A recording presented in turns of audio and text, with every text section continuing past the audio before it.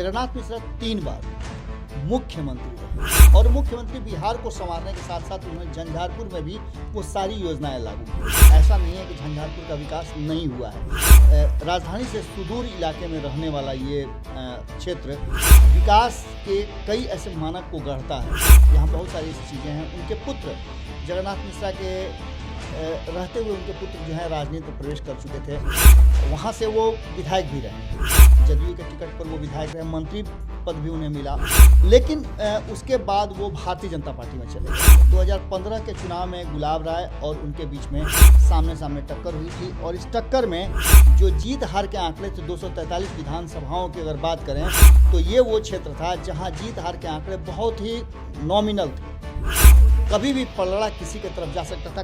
कहने वाले तो बहुत कुछ कहते हैं, लेकिन जो बातें की जाती हैं वो ये कहा जाता है कि धनबल और जनबल दोनों का पूरा जोर है गुलाब यादव के पास और यही कारण है कि वो हमेशा वहाँ के राजनीति में अपना प्रभाव बनाए रखते हैं। इस बार कई ऐसे नाम आ रहे हैं। नीतीश मिश्रा तो हैं ही, लेकिन सबसे ज़्यादा झमेला नीतीश मिश्रा के चुनाव लड़ने की संभावनाएं पूरी है, क्योंकि इस बार जो है वो सीट भारतीय जनता पार्टी अपने खेमे में रखेगी।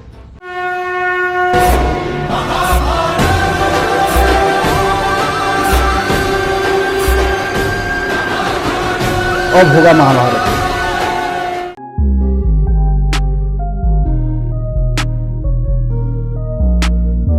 नमस्कार, मैं प्रिया एक बार फिर से स्वागत करती हूं आपका भारत लाइव में। भारत लाइव में पहले आपने देखा था विधानसभा क्षेत्रों की सीरीज एक चल रही थी। आज वही सीरीज का अगला पड़ाव झंझारपुर है। झंझारपुर लोकसभा क्षेत्र के अंतर्गत ही आने वाले झंझारपुर विधानसभा क्षेत्र के बारे में आज हम बात करते हैं। कहा तो ये भी जाता है कि वहाँ के जो वर्तमान विधायक हैं उन्होंने 5 साल में कुछ भी काम नहीं किया है। इससे वहाँ की जनता तो खफा है ही, साथ में बहुत सारे ऐसे उम्मीदवार भी हैं जो उनके जगह पे खड़े होने के लिए आ रहे हैं। कहा तो यह भी जा रहा है कि लालू ने रांची में उनका रिपोर्ट कार्ड भी मंगवाया है। अब देखना यह है कि क्या होता है, क्या वह इस बार इस विधानसभा क्षेत्र में अपनी उम्मीदवारी रख पाते हैं या नहीं। इन सभी चीज़ों के बारे में हम विस्तार रूप से आज हम बाबा से चर्चा करेंगे। झंझारपुर के बारे में बहुत सारी बातें सामने आ रही हैं। यह भी कहा जा रहा है कि लोग वहाँ पे खुश नहीं हैं अभी वर्तमान विधायक। तो इन सब चीज़ों को लेकर आपका क्या कहना है? जैसा कि हम लगातार विधानसभाओं की चर्चा कर रहे हैं और हम संभावित उम्मीदवारों की बातें कर रहे हैं, कौन से संभावित उम्मीदवार हैं, और हम प्रयास कर रहे हैं कि वर्तमान विधायक हैं उनका रिपोर्ट कार्ड भी हम साथ में देते चले हैं, क्योंकि वो बहुत कुछ मैटर करता है आम जनता के लिए कि वो अगला आने वाला चुनाव में किसे चुने। जहाँ तक बात आपने झंझारपुर की तो झंझारपुर की वर्तमान स्थिति से शायद लोग वहाँ के संतुष्ट नहीं हैं। जैसा कि हमारे रिपोर्ट भी बता रहे हैं, अलग अलग जगहों से हमने जो आंकड़े इकट्ठे किए हैं, सर्वे किए हैं, हमारी सर्वे टीम ने जो बातें की हैं, कई लोग हमसे मिले भी हैं। इन सब बातों को लेकर के जिस तरह से हम लगातार आगे बढ़ रहे हैं विधानसभाओं के संभावित उम्मीदवारों की चर्चा में और अन्य चीज़ों में, उसमें झंझारपुर भी हमारी एक अहम सीटों में से जहाँ बहुत कुछ होना बाकी है ये है। कारण कि अभी वर्तमान जो विधायक हैं गुलाब यादव इससे पहले पहली बार विधायक बने और पहली बार विधायक बनने के बाद उन्होंने लालू प्रसाद का कृपा पाया और लोकसभा चुनाव भी लड़े थे झंझारपुर से, पूरी तरह से हारे। लेकिन खैर जनता का वहाँ कहना यह है कि विधायक जी ने अपने कार्यकाल में ऐसा कुछ भी नहीं किया है जिसको जोड़ा जा सके, बताया जा सके या गिनाया जा सके। अब इस बात को लेकर के जैसा कि आपने बताया कि उनका रिपोर्ट कार्ड खुद लालू प्रसाद ने मंगाया है। हालांकि लालू प्रसाद ने तो बहुत लोगों का रिपोर्ट कार्ड मंगाया है और इस बार आरजेडी जो है वो लगातार ये प्रयास कर रही है कि एक बेहतर छवि के साथ लोगों का उम्मीदवारों का चयन करे और ऐसे ही उम्मीदवारों को दे जो आगे चल कर के जनता के भावनाओं पर, जनता के काम पर खरा उतरें। तेजस्वी यादव ने कई बार ये बात कही है कि ये वैसे विधायक जो लगातार अपने क्षेत्र में जनता की भावनाओं पर खरा नहीं उतर पाए हैं, काम नहीं किए हैं, वैसे लोगों का टिकट कटना भी इस बार निश्चित हो गया है। इन सब के बीच में जो वहाँ की वर्तमान स्थिति है, उस वर्तमान स्थिति के अनुसार आपको अगर हम प्रकाश डालें कुछ पिछले इतिहास के पन्नों पर, तो ये वो क्षेत्र रहा है झंझारपुर जो इस देश से दुनिया के पटल पर अपना स्थान अर्जित किए हुए हैं। यहाँ से जगन्नाथ मिश्रा आते थे जो लगातार 5 बार जीते हैं जी बिल्कुल। कांग्रेस के टिकट पर, और जब से अस्तित्व में ये आया तब से ये क्षेत्र हमेशा चर्चा में रहा है। कहा जाता है कि जगन्नाथ मिश्रा ने कृषि विकास पे बहुत ध्यान दिया था, उन्होंने बहुत सारी चीज़ों पे, वहाँ के विकास पे मेनली ध्यान दिया था, चाहे वो बिल्कुल बिल्कुल इसके पीछे कारण भी था कि बिहार के विकास के साथ साथ देश में बिहार का नाम अब स्थापित रखने के साथ साथ जगन्नाथ मिश्रा 3 बार मुख्यमंत्री रहे, और मुख्यमंत्री बिहार को संवारने के साथ साथ उन्होंने झंझारपुर में भी वो सारी योजनाएं लागू की। आपने देखा होगा कि जो सर्वे टीम हमारी थी वो बार बार ये बात बता रही थी कि ऐसा नहीं है कि झंझारपुर का विकास नहीं हुआ है। राजधानी से सुदूर इलाके में रहने वाला ये क्षेत्र विकास के कई ऐसे मानक को गढ़ता है। यहाँ बहुत सारी ऐसी चीज़ें हैं। उनके पुत्र जगन्नाथ मिश्रा के रहते हुए उनके पुत्र जो हैं राजनीति में प्रवेश कर चुके थे, वहाँ से वो विधायक भी रहे हैं, जदयू के टिकट पर वो विधायक रहे, मंत्री पद भी उन्हें मिला, लेकिन उसके बाद वो भारतीय जनता पार्टी में चले गए थे। 2015 के चुनाव में गुलाब राय और उनके बीच में सामने सामने टक्कर हुई थी, और इस टक्कर में जो जीत हार के आंकड़े थे 243 विधानसभाओं की अगर बात करें तो ये वो क्षेत्र था जहां जीत हार के आंकड़े बहुत ही नॉमिनल थे, कभी भी पलड़ा किसी के तरफ जा सकता था। कहने वाले तो बहुत कुछ कहते हैं, लेकिन जो बातें की जाती हैं वो ये कहा जाता है कि धनबल और जनबल दोनों का पूरा जोर है गुलाब यादव के पास, और यही कारण है कि वो हमेशा वहाँ के राजनीति में अपना प्रभाव बनाए रखते हैं।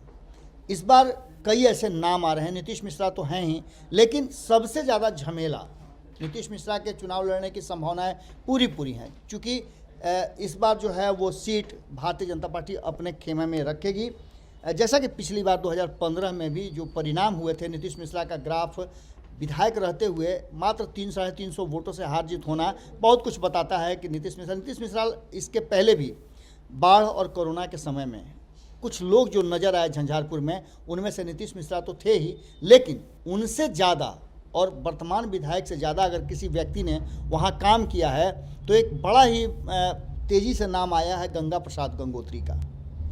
गंगा प्रसाद गंगोत्री लगातार उस क्षेत्र में युवा हैं, उनके पास जज्बा है कुछ करने का, और लगातार जब हमारी टीम सर्वे कर रही थी उस दौरान वो हमें मिले, और मिले तो उसी जोश के साथ मिले। लोग लगातार उनका नाम ले रहे थे और बता रहे थे कि ये मसीहा के रूप में आए, व्यवसायी थे, व्यवसाय छोड़ करके और वो आकर के बिहार में कुछ करने के मुद्दा और इरादा के साथ आए हुए हैं। एक तरह से एक जनप्रतिनिधि, बिल्कुल इस तरह से वो आए हुए हैं, और वो लगातार प्रयास कर रहे हैं कि लोगों को कैसे कनेक्ट करें, लोगों को रोज़गार कैसे मुहैया कराएं, लोगों को खुशी कैसे दें।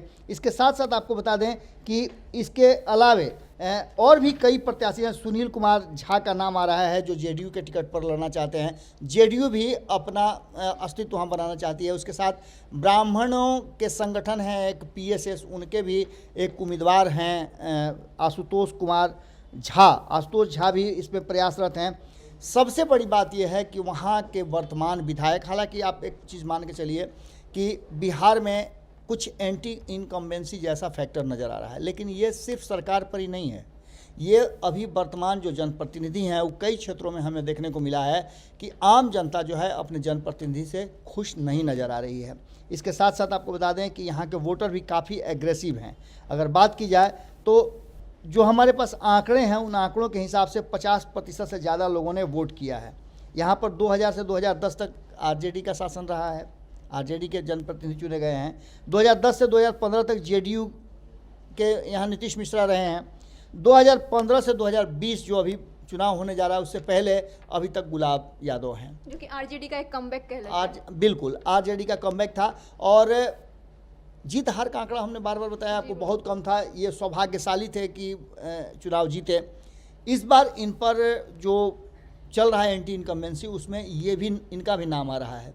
कहीं ना कहीं जो तथ्यात्मक बातें हैं जो हमारी सर्वे टीम बता रही है, जो आरजेडी कार्यालय का माहौल है उस माहौल के हिसाब से कहीं ना कहीं गुलाब राय का इस बार टिकट मिलने पर संशय की स्थिति बनी हुई है। हालांकि ये गुलाब राय का बहुत नज़दीकी संबंध लालू प्रसाद के परिवार से है, लेकिन उसके बावजूद इस बार तेजस्वी यादव की चलने वाली है। और तेजस्वी यादव की, हालांकि लोकसभा चुनाव में भी उन्होंने उनको एक मौका दिया था, एक टिकट उन्होंने जरूर दिया था, लेकिन उस पर वो खरे नहीं उतर पाए।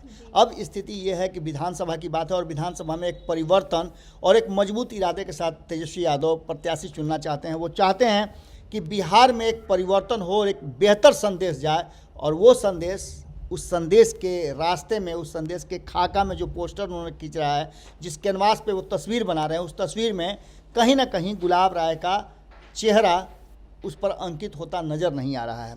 इसके साथ साथ आपको बता दें कि संभावित उम्मीदवार हैं, उनमें से हमने बताया कि जेडीयू भी अपने उम्मीदवार खड़ा करना चाहती है, जेडीयू भी उस सीट पर अपनी नज़र बनाए हुए है, कई उम्मीदवार हैं।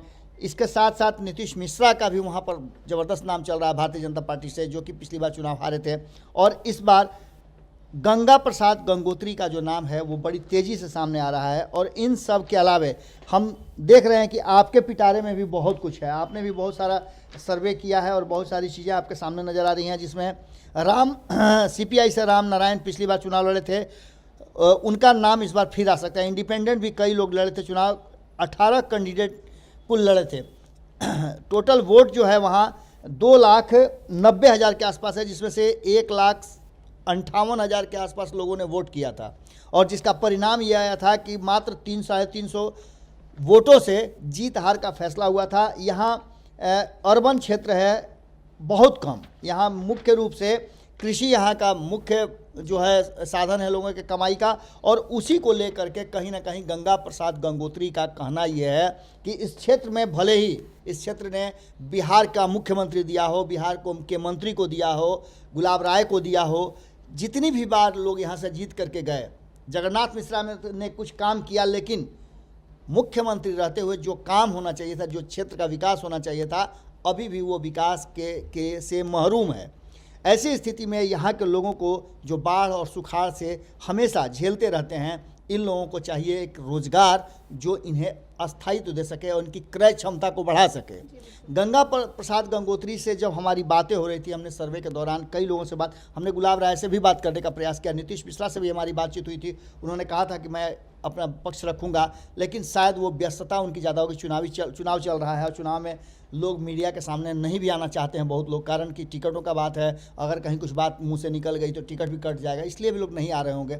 लेकिन गंगा प्रसाद गंगोत्री ने साफ तौर पे ये बात कही कि मैं इसलिए आया हूँ कि मैं यहाँ जनप्रतिनिधि के रूप में नहीं बल्कि बेटा बन करके आया हूँ, और मेरा काम सिर्फ इतना ही है कि मैं इस क्षेत्र की जनता के बीच में एक ऐसा कुछ करना चाहता हूँ जिससे कि इस क्षेत्र के लोग अपने बल पर, अपने बलबूते पर, अपने भुजबल से यहाँ की स्थिति सुधार सकें, अपनी स्थिति सुधार सकें और इस राज्य के विकास में अपना योगदान दे सकें। उन्होंने साफ तौर पे कहा कि उनके पास योजनाएं हैं, जो कि हम बार बार कहते हैं कि कई युवा हैं जो बिहार को बदलने का मादा लेकर के आते हैं। इनके प्रोफाइल पर जब हमारी बातचीत होने लगी तो इन्होंने साफ तौर पे कहा कि उन्हें पूरी संभावना है कि राष्ट्रीय जनता दल उन्हें टिकट देगी, क्योंकि राष्ट्रीय जनता दल के साथ जुड़ने के पीछे उनका कारण सिर्फ इतना है कि तेजस्वी यादव एक युवा हैं और युवा सोच के साथ जिस तरफ से वो युवा टीम को लेकर चल रहे हैं, उनके साथ राजीव मिश्रा जी हैं जो कि खुद भी जगन्नाथ मिश्रा के ही परिवार से आते हैं, जो वीआईपी से जुड़े हुए हैं और वीआईपी को लीड कर रहे हैं।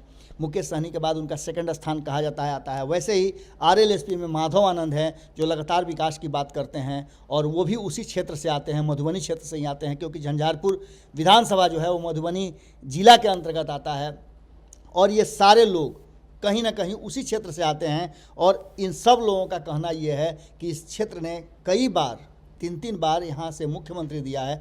बीपी सिंह के समय में भी, जब बीपी सिंह का सबसे बड़ा कार्यकाल चल रहा था, उनका एकदम हवा चल रहा था, आंधी तूफान सुनामी सब चल रहा था, उस समय जगन्नाथ मिश्रा को इस क्षेत्र की जनता ने जिताया था कि जगन्नाथ मिश्रा ने क्षेत्र के लोगों को भरोसा दिलाया था विकास का। अब एक बार फिर से जो तेजस्वी यादव के नेतृत्व में युवा टीम बनने जा रही है, उस टीम का हिस्सा गंगा प्रसाद गंगोत्री बनना चाहते हैं।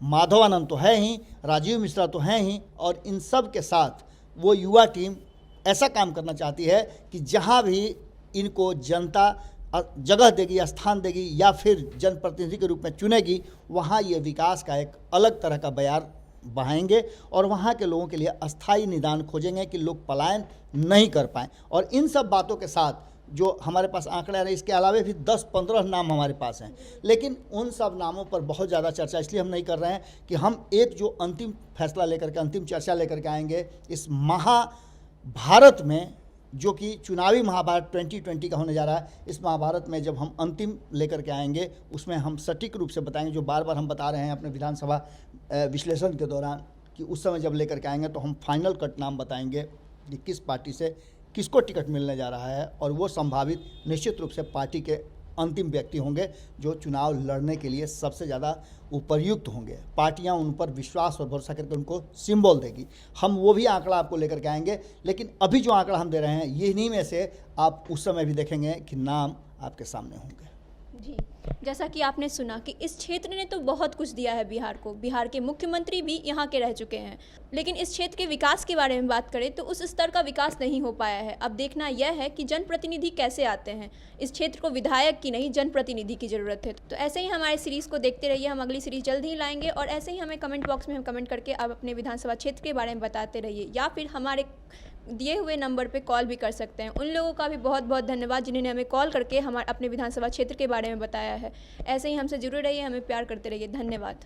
बढ़ाएं अपना कदम सक्सेस की ओर शिखर करियर इंस्टीट्यूट के साथ। शिखर करियर इंस्टीट्यूट पूर्वी भारत में एकमात्र कोचिंग संस्थान जो एक्सक्लूसिवली है मेडिकल एंट्रेंस एग्जाम के लिए।